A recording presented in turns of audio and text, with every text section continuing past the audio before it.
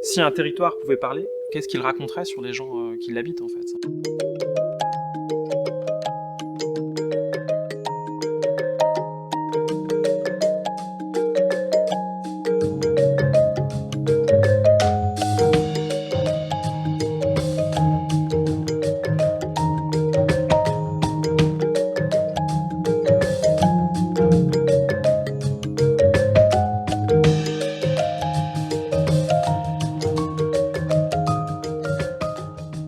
Les deux collectifs ont une façon de travailler très pluridisciplinaire. On a toujours eu envie d'aller vers des autres disciplines pour, on va dire, créer des dispositifs ou des œuvres protéiformes en fait. Il y a la danse qui est au centre, mais qui vient s'enrichir et résonner avec des autres disciplines comme la vidéo, les sons. Effectivement, nos activités tournent autour de la vidéodanse, mais on proposera aussi des activités d'initiation à la pratique documentaire finalement, avec des initiations à l'enregistrement sonore, à l'enregistrement d'images. Et chaque groupe de participants, on va produire un objet, ça peut être une vidéo, ça peut être une danse, ça peut être une lettre, ça peut être une image.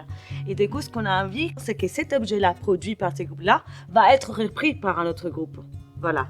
Donc du coup, tous ces objets vont voyager dans le territoire. Et tout le monde va participer de ces projets collectifs.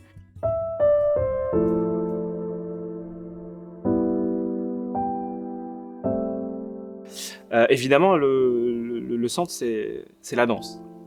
Mais la danse au sens large. On est des artistes chorégraphiques du chant contemporain, mais évidemment, on s'intéresse à toutes les danses. Là, comme ça, je pense à des danses collectives qu'on peut pratiquer dans des groupes établis, je ne sais pas, des groupes de personnes retraitées qui vont avoir une pratique de danse folklorique, mais aussi des jeunes par TikTok, qui vont s'échanger des gestes. L'idée, c'est qu'en fait, à chaque fois, on propose une pratique du mouvement, on va dire de la danse, accompagnée d'une autre pratique. On fait soit c'est la vidéo, soit c'est la photo, soit aussi on va explorer aussi des arts plastiques, pourquoi pas. Voilà, l'idée, c'est toujours travailler plutôt en binôme. Et se passer dire, on fait la danse et après on va mettre de la musique. Non. Oui, non. L'idée, c'est vraiment que les participants puissent avoir une expérience pluridisciplinaire de la chose. Et nous proposons aussi des marches performatives, donc une marche qui petit à petit devient une danse, mais aussi qui petit à petit devient aussi un acte performatif. La marche, c'est aussi une invitation à réfléchir à cette question de qu'est-ce qui fait danse en fait. À quel moment la danse elle commence, simplement. Finalement, c'est quelque chose de quotidien, de très simple. Tout le monde marche, tout le monde le sait. C'est un élément ordinaire, on va dire. Mais en fait, chacun marche de façon très particulière. C'est ce qu'il y a de plus collectif, mais aussi de plus subjectif. Ce type de marche, ou les marches qu'on propose performatives et sonores, c'est aussi une marche de découverte des territoires. Nous, ça nous permet de découvrir un territoire qu'on ne connaît pas et à eux de les redécouvrir.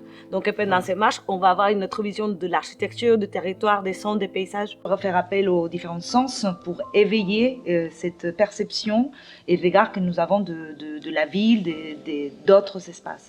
Et du coup, arpenter le territoire avec eux, prélever des choses qu'ils nous racontent, en faire des danses rituelles, aller à la rencontre d'un endroit qu'ils aiment particulièrement, et puis de là, voilà, enregistrer cette histoire, enregistrer ce qui se passe autour, le filmer aussi. Interviewer des personnes qui habitent ce territoire, le témoignage ou les anecdotes d'un des participants qui a vécu quelque chose de précis à cet endroit qu'on visite. Et comment ça construit en fait une trame et qu'on va utiliser en fait comme le socle en fait de notre projet. C'est une réflexion sur le territoire, en fait, simplement. Réfléchir à qu'est-ce que ça veut dire que faire territoire, comment les usagers d'un territoire l'habitent. On se présente comme des facilitateurs pour les aider à tisser justement des correspondances dans tout ce grand territoire, non, dans lequel on va travailler, et pour créer vraiment un projet collectif. Comme vous l'avez compris, c'est créé en fait avec les gens.